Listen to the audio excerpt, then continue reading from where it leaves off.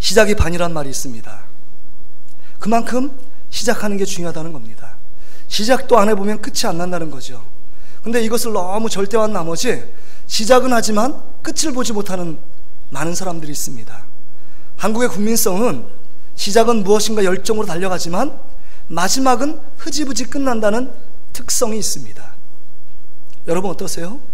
2017년도를 힘있게 달려왔는데 이 2017년 마지막 방점을 찍는 오늘 끝자락에 서 있는데 여러분이 하나님께 드릴 열매, 믿음, 여러분의 삶, 그것이 여러분 속에 남겨져 있습니까?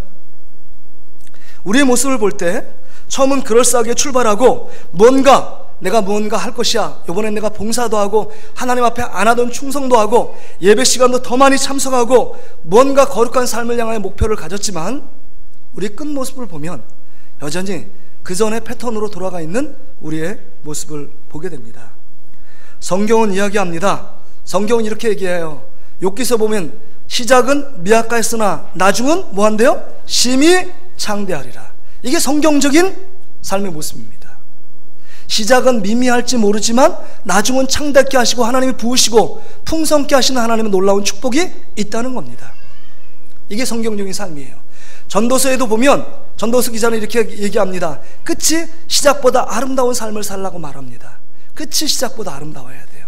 근데 오해하지 말아야 될 것이, 그럼 시작이 중요하지 않냐? 시작도 중요합니다.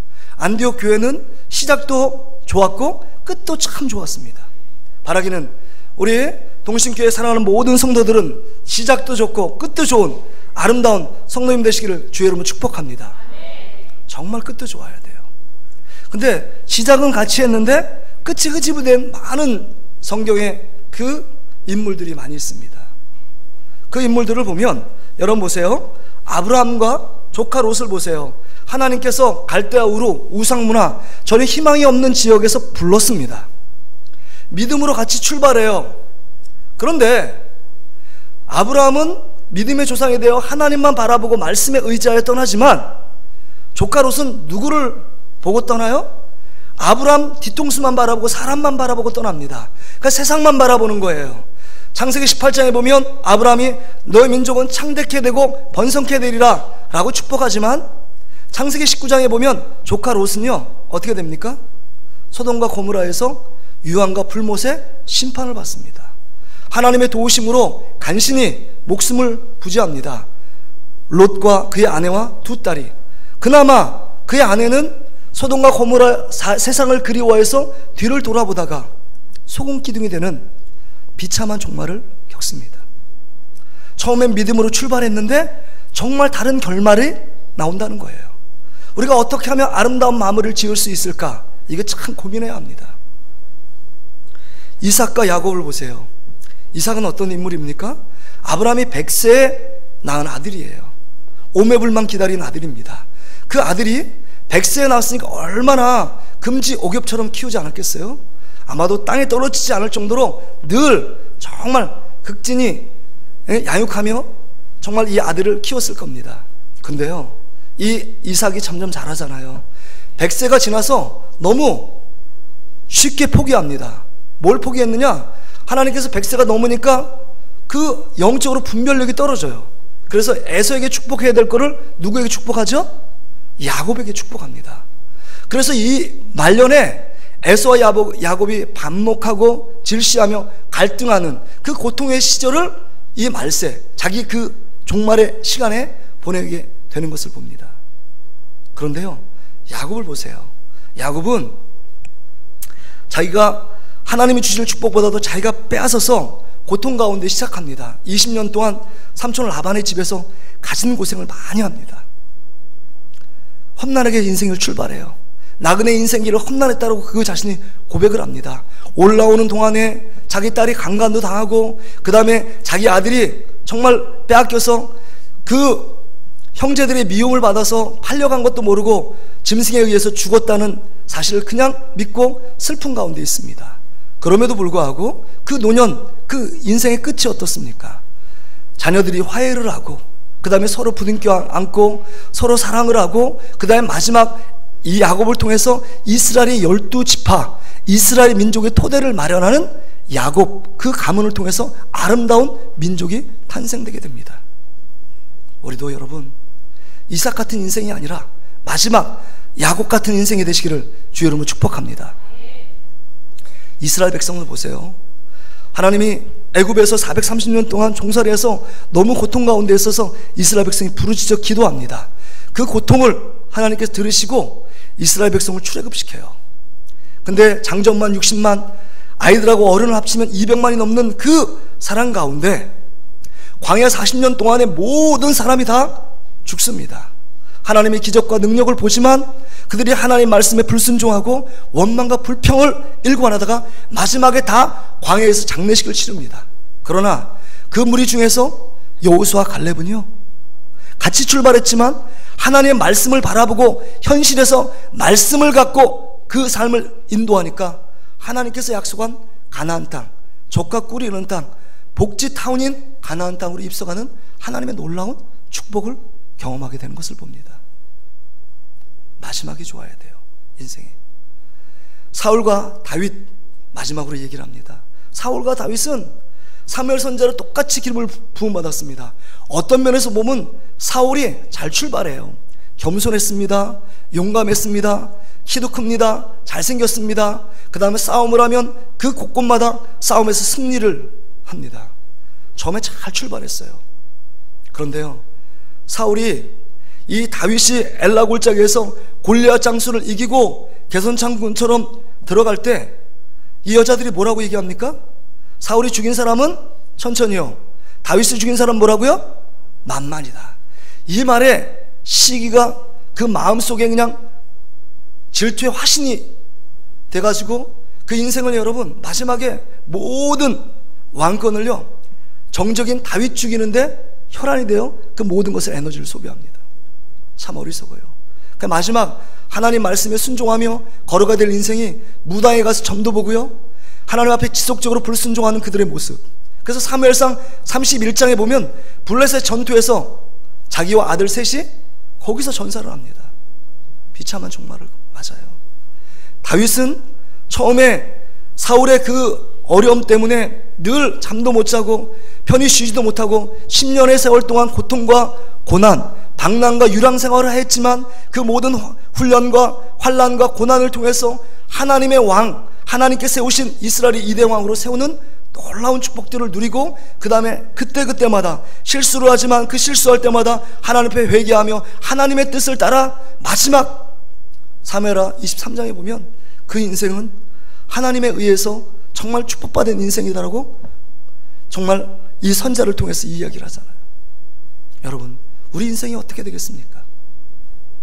어떤 삶을 마무리할까요? 시작이 있으면 끝이 있습니다. 2017년 12월 30일이기 때문에 끝이 아니라 우리 인생의 마지막 때 주님께서 우리를 어떻게 평가하시느냐 하는 것이 너무 중요합니다. 오늘 본문에 보세요. 7절 보세요. 나는 선한 싸움을 싸우고 나의 달려갈 길을 마치고 믿음을 지켰으니, 이렇게 말합니다. 내가 선한 싸움을 싸우고 그 다음에 내가 달려갈 길을 다 마쳤고 내가 믿음을 지켰다라고 정말 마지막 때 죽음의 목전에 앞에 서서 하나님 앞에 당당하게 고백하는 바울의 믿음을 봅니다. 바라기는 우리 모든 사랑하는 성도들도 우리 인생을 마감하면서 정말 바울처럼 하나님 앞에 이런 당당한 믿음의 고백이 있는 여러분 되시기를 주의 이름으로 축복합니다. 당당한 고백이 있어야 돼요. 이후로는 나를 위하여 의의 면류관이 준비되어 있다. 그러나 나뿐만 아니라 그 주님을 기다리며 그 주님을 사모하는 자에게 동일한 상급이 있다라고 사도 바울은 우리에게 알려주고 있습니다. 그렇다면 이 오늘 본문의 말씀을 통해서 마지막을 아름답게 마무리하기 위해서 세 가지 승리의 비결, 삶의 비결을 함께 나누길 원합니다. 첫째는요, 우리 4장 1절 말씀을 같이 한번 읽어볼까요? 4장 1절입니다. 같이 읽습니다. 시작. 그리스도 예수 앞에서 그의 나타나실 것과 그의 나라를 두고 엄히 명하노니. 지금 이 말씀은 한마디로 말해서 목표를 분명히 해야 한다는 겁니다. 한번 따라합시다. 목표를 분명히 합시다. 목표를 분명히 해야 돼요. 하나님 앞과 산자와 죽은 자를 심판하실 예수 그리스도 앞과 하나님 나라, 그것을 목표로 하여 달려가라고 사도 바울은 우리에게 가르쳐 주고 있습니다. 목표가 없는 삶, 끝이 흐지부지할 수 있어요. 학생들이 내가 몇 등을 할 거야 이 목표를 갖고 있는 학생과 목표가 없는 삶은요 다릅니다. 오늘 오후 11시에 이제 송구영신 예배를 드리는데 기도 카드를 쓰면서 한 해의 마음에 소원한 제목들을 쓰는 시간이 있을 겁니다. 정말 기도 제목을 갖고 하나님 앞에 이것 정말 해 주셔야 합니다, 이런 목표와 목적을 갖고 살아가는 인생과 그렇지 않은 인생은 삶의 밀도, 신앙의 밀도가 다르다는 것입니다. 공부 잘하는 사람의 특징은 늘 하루하루마다 목표가 있어요. 장기적인 목표, 중단기적인 목표, 단기적인 목표를 갖고 달려가요. 회사도 마찬가지입니다. 올해의 매출, 순이익 5년, 10년, 20년, 30년, 100년을 바라보는 회사가 여러분 1년 1년 하루마다 목표 없이 살아가는 회사와 어떻게 같겠습니까? 달라요. 아버지와 아들이 있습니다. 쟁기질을 해요, 둘이. 근데 보니까 이 아버지는 나이가 많아서 힘이 없습니다. 이 아들은 젊어서 힘이 세요. 근데 쟁기질을 하는데, 야 아들아, 너 쟁기질 뒤 좀 봐봐. 어떻게 이렇게 삐뚤빼뚤 쟁기질을 할 수 있니? 너 지금 쟁기질 똑바로 할 수 없니? 왜 그렇겠어요? 힘을 갖고 지금 소 앞에 있는 쟁기만 바라보고 그냥 가니까 삐뚤빼뚤 갑니다. 그러면 물어봅니다, 아들이. 아버지는 왜 이렇게 쟁기질을 잘하는데? 야, 나는 말이야, 저 앞에 있는 목적지, 내가 쟁기질을 갈아야 될 그 목표 지점을 바라보면서 내가 조금은 가는 길에 삐뚤빼뚤하지만 목표 지점은 끝까지 가서 내가 뒤를 돌아보면 그래도 쟁기질을 잘한 모습으로 지금 밭이 갈리는 거야. 여러분, 이 아들과 아버지의 차이가 뭐예요? 목표를 바라보는 삶과 바라보지 않는 삶의 차이가 있다는 겁니다. 우리는 없어질 목표, 무너질 목표, 금방 사라질 이 세상 가운데 현혹되어 그 목표를 향해 달려가고 있는 우리들의 모습이 아닌지를 돌아봐야 합니다. 영원한 진리이고 생명 되시는 예수 그리스도와 우리 아빠 아버지 되신 하나님과 우리를 늘 변화시키며 거룩한 모습으로 인도하시는 성령 하나님을 바라보며 그 천국을 바라보며 목표를 향해 달려가는 사람, 그런 사람은 삶의 밀도가 틀립니다. 2017년도에 어떤 목표를 향하여 달려오셨고 그 목표를 이루셨습니까? 바라기는 이제부터라도 우리 사랑하는 성도들은 하나님을 향한 분명한 목표를 갖고 달려가는 저와 여러분의 삶이 되시기를 주의 이름으로 축복합니다. 두 번째는요, 아름다운 마무리를 위해서는 2절부터 5절의 말씀 보세요. 너는 말씀을 전파하라. 때를 얻든지 못 얻든지 항상 힘쓰라. 범사의 오래 참음과 가르침으로 경책하며 경계하며 권하라. 때가 이르니 사람이 바른 교훈을 받지 아니하며 귀가 가리워서 자기의 사욕을 따를 스승을 많이 두고 또 그 귀를 진리에서 돌이켜 허탄한 이야기를 따르리라. 그러나 너는 모든 일에 신중하여 고난을 받으며 전도자의 일을 하며 내 직무를 다하라. 결론적으로 얘기하는 것은 뭐예요? 때를 얻든지 못 얻든지 복음을 전파하고 내가 맡겨진 직분에 최선을 다하라. 한번 따라서요. 직분에 최선을 다하자. 그러면 직분에 최선을 다하는 삶이에요. 아름다운 마무리하고 내가 선한 싸움을 싸우고 내가 달려갈 길을 마쳤고 믿음을 지켰다 이렇게 당당하게 고백할 수 있는 삶은 내게 주어진 그 직분이 크든 작든지 간에 그거와 상관없이 정말 꾸준하게 지속적으로 그 일들 향하여 충성을 다하는 사람, 이 사람이 아름다운 마무리를 하는 사람이에요. 여러분, 이게 말하기 쉽지만 자기 주어진 일에 정말 꾸준하게 최선을 다해서 직분을 감당하는 게 여러분 쉽습니까? 어렵습니까? 어려워요. 처음에는 내가 좋아서 은혜 받았다고 해서 처음에 힘있게 출발합니다. 뭐 식당 모사도 은혜 받으니까 다 할 수 있어요. 근데 여름에 한번 가보세요. 여름에 더워가지고 밥 한 그릇 푸기조차 힘들 정도로 막 땀이 비오듯 하고, 그 다음에 청소하려고 하면 야, 이거 내가 지금 다른 사람도 안 하는데 내가 꼭 이거 굳이 나만 해야 돼? 이런 생각이 듭니다. 그리고요, 정말 가다 보면요, 이게 지구력이 떨어져 가지고 여기 성경에 보세요, 미혹을 당해요. 내 일도 지금 바쁜데 어떻게 주님의 일에 충성을 다할 시간이 있어? 이렇게 생각합니다. 진리에 떠나서 내 살이 사욕에 그 얽매여 있는 우리의 모습을 발견합니다. 하나님께 맡겨진 직분, 하나님께 맡기신 이 영적인 삶을 걸어가지 않습니다. 놓는 거예요. 목표에서 이탈하여 살아가는 우리의 모습들을 봅니다. 근데 여러분, 마라톤이 42.19km인데요 2시간 넘게 달립니다. 그러면 이 사람들은요, 처음에 100m 달리듯이 달리지 않아요. 페이스를 조절합니다. 믿음의 순발력도 필요하지만 우리 안에 가져야 될 중요한 덕목은 믿음의 지구력이에요. 끝까지 달려갑니다. 힘들어도 가고 어려워도 가고 포기하려고 마음 들어도 낙심하고 절망이 찾아와도 끝까지 가던 길 멈추지 않고 한 걸음 한 걸음 가던 길 가고 또 가야 합니다. 이게 아름다운 마무리를 할 수 있는 삶의 모습이라는 거죠. 여러분, 큰 고목이 왜 고목이 되는지 아세요? 큰 나무가 왜 큰 나무가 되는지 아세요? 다른 비결이 없어요. 그 자리에서 끝까지 견디는 겁니다. 바람이 불어도 아이들이 막 칼로 갖다가 뭐 나무까지 긁어도 그거 아랑곳하지 않고 견디면 시간이 지나면 뭐가 돼요? 고목이 되는 겁니다. 큰 나무가 되는 거예요. 우리의 믿음이 거목이 되는 거, 여러분, 여러 가지 나에게 유혹이 찾아오고 환란이 와도 비바람이 불어도 끝까지 견디시길 바랍니다. 할렐루야. 처음에 믿음 좋으면 내가 하고 싶은 거 해요. 근데 믿음이 떨어지면요, 모든 게 다 귀찮고 짜증나고 실증나는 게 우리 삶의 모습 아니에요? 내가 하고 싶지 않아도 하나님이 기뻐하시면 해야 되는 것이 우리의 직분이며 사명인 줄 믿습니다. 하나님을 바라보고 나가는 여러분 되시길 바랍니다. 어떤 분 그러세요. 내가 몇 년 했는데 이거 이제 그만두고 실증납니다. 새로운 거 없냐고. 여러분, 해 아래 새 것이 있어요, 없어요? 없습니다.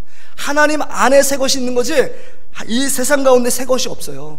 여러분, 새 것이 없고 늘 하면 영적으로 매너리즘에 빠지는데, 이 매너리즘을 극복하는 비결이 뭐냐? 우리 안에 없습니다. 하나님, 예수님, 성령님 안에 있는 줄 믿습니다. 하나님을 묵상하고 하나님을 의지하고 하나님을 섬기고 그 말씀 앞에 깊이 가면 갈수록 우리 삶 가운데 믿음의 지구력이 생겨 우리 안에 낙심이 되고 절망이 되고 그만해야지 포기하고 싶을 때 다시금 오뚜기처럼 일어날 수 있는 힘을 주시게 될 줄 믿습니다. 이 힘을 의지하여 마지막까지 직분에 최선을 다하는 여러분 삶이 되시기를 주의 이름으로 축복합니다. 여러분, 제가 지금 너무 힘들거든요. 한 2, 3일 동안 제가 감기 몸살을 앓았어요. 오늘 주일 오후 예배만 설교만 할 수 있으면 참 좋겠다, 이런 생각을 했어요. 금요 기도에 제가 못 나왔습니다. 얼마나 안 좋은지. 제가 기침을 하면 갈빗대가 막 새지는 것 같아요. 몇 개 막 이렇게. 그러면 누런 가루가 나오는데 너무 막 힘든 거예요. 그러면서 생각했습니다. 이렇게 감기 몸살 걸린 우리 성도들이 얼마나 힘들었을까. 제가 기도해 주야지 이렇게 얘기했지만 제가 진짜 겪어보니까 너무 힘들더라고요. 근데 한 주 한 주 단회에게 선다는 게 얼마나 감사한 일인지 몰라요. 근데 쓸 때까지는 너무 고민됩니다. 이 말씀을 어떻게 전하고, 정말 이 말씀을 통해서 나 자신도 은혜 받을 뿐만 아니라 성도들도 은혜를 받아야 되는데 늘 고민이 됩니다. 너무 힘들어요. 근데 이렇게 늘 설교 자리에 올라올 수 있는 게 가장 큰 축복이고 행복인 줄 믿습니다.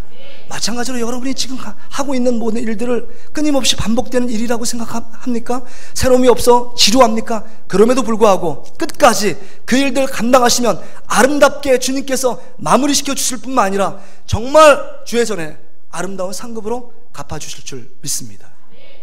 마지막 세 번째는요, 5절 상반절에 보세요. 상반절에 그러나 너는 모든 일에 신중하며 고난을 받으며, 이렇게 얘기합니다.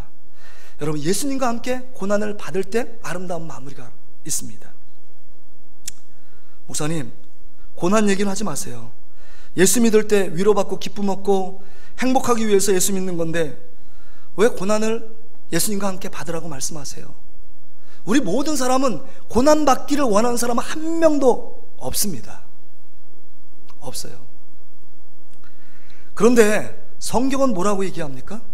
예수님과 함께 고난을 받으라 라고 말씀합니다. 여기 보면 우리 디모데후서 2장 3절에도 보면 너는 그리스도 예수의 좋은 병사로 나와 함께 고난을 받으라, 이렇게 말해요. 11절 12절에 보면 오늘 mit보다 이 말이여 우리가 주와 함께 죽었으면 또한 함께 살 것이요 참으면 또한 함께 왕노릇 할 것이요 우리가 주를 부인하면 주도 우리를 부인하실 것이다. 그리고 이거 디모데후서 3장 12절에 보면 무릇 그리스도 예수 안에서 경건하게 살고자 하는 자는 뭘 받는데요? 박해를 받으리라. 그러면 예수 그리스도를 믿는 자 안에는 고난이 필수라는 거죠. 선택사항이 아니라. 우린 예수 그리스도를 따라가는 자입니다. 예수 그리스도는 부활의 영광스러움을 잊기 위해서 겟세마네 동산에서 뭐예요? 고난을 겪고 부활의 영광스러움이 있었다는 거죠. 그러니까 노 크로스 노 크라운이에요. 그러니까 고난이 없이는 영광도 없다는 겁니다. 그러기에 여러분, 예수님 때문에 우리가 희생할 수도 있고, 예수님 때문에 다른 사람에게 양보도 해야 되고, 예수님 때문에 내 생각이 맞다고 생각하는데 저 사람 때문에 저 사람을 세우기 위해서 내 생각도 포기할 때가 있다고 하는 겁니다. 이게 고난이에요. 내 마음대로 살 수 있지만 예수님 때문에 내 모든 마음의 생각들을 절제하고 하고 싶은 거 하지 않는 것, 이게 고난입니다. 주님의 영광을 위해서. 어떤 한 순례자가 천성을 향해 가는데 길이 두 갈래 길이 나오는 거예요. 편말이 딱 써 있어요. 여긴 천국행인데 산에 위에 올라가는데 가장 험난하고 거칠고 고난의 길이에요. 위에 올라가는 길이 천국행인데, 근데 밑을 보니까 지옥행이라고 써 있는데 보니까 정말 그 꽃길을 걷는 것처럼 꽃길이 펼쳐져 있고 푸른 잔디가 펼쳐져 있어요. 근데 이 순례자가 생각을 합니다. 천국은 가고 싶은데 그 길은 걷고 싶지 않고, 고난의 길은 걷고 싶지 않고, 내가 지옥은 가고 싶지 않지만 그 길은 가고 싶어요. 이게 우리 심령 아니에요? 그래서 이 순례자가 곰곰이 생각하다가 지혜가 떠올랐습니다. 어떻게 했을까요? 이 편말을 바꿔놨어요. 슬그머니 천국행과 지옥행을 슬그머니 바꿔놓은 거예요. 그리고 어딜 간 거예요? 천국행 밑에 꽃길이 펼쳐져 있고 푸른 잔디 초원으로 가득 찬 그곳을 간 겁니다. 근데 여러분, 이건 인간의 잔머리죠. 착각하지 말아야 합니다.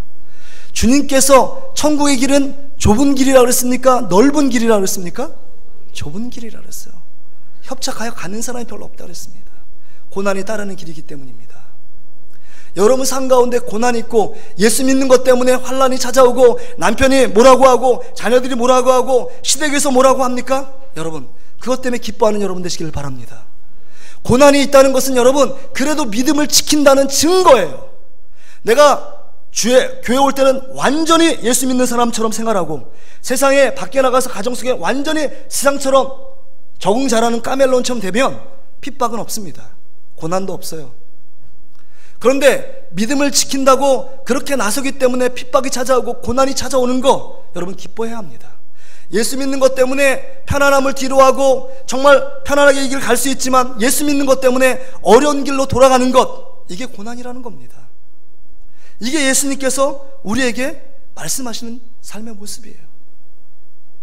편하고 쉬운 길이 주님께서 다 기뻐하는 길이 아닙니다. 우리가 어려움이 있고 내 맘대로 내 뜻대로 되지 않을지라도 그 고난 속에 담겨진 하나님의 분명한 의도와 목적을 깨닫으면 이 고난 앞에서도 예수님과 함께 받는 고난이기 때문에 기뻐하게 될 줄 믿습니다. 나 혼자 받으면 외로워요, 힘들어요. 제가 공부를 못했다고 그랬잖아요. 근데 중간고사, 기말고사 뭐 그렇게 타작을 해요, 선생님들이. 근데 외롭진 않더라고요. 맞는 사람이 같이 맞으니까 별로 안 아파요. 같이 맞으니까. 여러분, 예수님과 함께, 예수님, 우리의 죄를 위해서 십자가에 죽으시고 우리를 끔찍하게 살아가신 예수님께서 우리와 함께 고난을 받고 앞에서 끌어주시고 뒤에서 밀어주시는 예수님의 사랑과 예수님의 은혜가 있다면 여러분, 고난도 받을만 하다는 사실을 기억해야 돼요. 고난이 기쁨이고 그 고난이 변장된 축복이고 그 고난 때문에 우리는 감사하며 믿음의 길을 걸어갈 수 있는 것입니다. 고난을 회피하고 고난을 당하지 않으려고 피했기 때문에 우리의 믿음의 걸음들이요, 늘 잔잔한 물가 속에서 거니는 그 걸음이 돼요. 주님은 정말 태평양 바다로 넓은 믿음의 세계를 보여주기 원하시지만 고난을 늘 회피하고 늘 고난을 받아들이지 않기 때문에 우리의 믿음이 성장하지 않는 얕은 믿음의 신앙생활을 하고 있는지도 모릅니다. 여러분 앞에 고난이 크면 클수록 여러분의 믿음이 더욱더 성장할 수 있는 삶의 비결인 줄 알고 고난 앞에 좌절하고 낙망하지 말고 그 고난을 받아들이고 함께 감내하고 예수님께 기도하면서 무릎 꿇으면서 나는 할 수 없지만 주님께서 힘을 달라고, 주님께서 지혜를 달라고, 주님께 능력을 달라고 기도하며 간구하며 앞으로 나가는 저와 여러분의 삶이 되시기를 주의 이름으로 축복합니다. 말씀을 정리합니다. 여러분, 제가 아파 보니까 유익이 있어요. 아파 보니까 유익이 있더라고요. 삶이 참 단순해집니다. 삶이 참 단순해져요. 밥 먹고 약 먹고 빨리 자고 빨리 이게 일어나야지. 그리고 저는 한 가지 생각밖에 없어요. 아, 목이 빨리 좋아져서 설교할 수 있어야 되는데. 그리고 잠자다가 일어나서 얘기합니다. 하나님, 예수님, 성령님, 조금 나오는데? 그리고 또 자요. 근데 또 이러니까 목이 완전히 가라앉았어요. 이거 어떻게, 하나님 은혜를 주세요. 너무 단순하게 지는 거예요. 하나님 은혜 주세요. 은혜 주세요. 말씀 전할 수 있도록 은혜 주세요. 단순해져요. 아프니까요. 아픈 것에 그 집중하게 되잖아요. 여러분, 예수 믿는 사람이 너무 복잡하게 사는 거 아니에요? 정말 우리 사도 바울처럼 분명한 목표를 향하여 하나님, 예수님, 성령님께 맞추고 천국을 바라보며 살아가는 인생인데, 우리가 너무 많은 것을 복잡하게, 그것이 너무 중요하다고 생각해서 이것도 잡고 저것도 잡고 가니까 우리 인생의 마지막 결산할 때 아무것도 주님께 내놓을 없는 우리 인생의 모습을 보게 됩니다. 여러분, 단순하게 사시길 바랍니다. 하나님만 바라보는 여러분 되시길 바랍니다. 믿음의 주에 온전케 하신 예수 그리스도를 바라보는 여러분 되시길 바랍니다. 우리 안에 계신 성령님을 바라볼 수 있기를 바랍니다. 그래서 마지막 때 주님 전에 올라갔을 때 여기 보면 정말 사도 바울처럼 내가 선한 싸움을 싸웠고 내가 달려갈 길 다 마쳤고 내가 예수님 믿음을 지킨 거 아시죠? 나를 위해서 의의 면류관 그거 받아 누리고 하나님과 함께 영생 복락을 누리는 저와 여러분의 삶이 되시기를 주의 이름으로 축복합니다. 기도하겠습니다.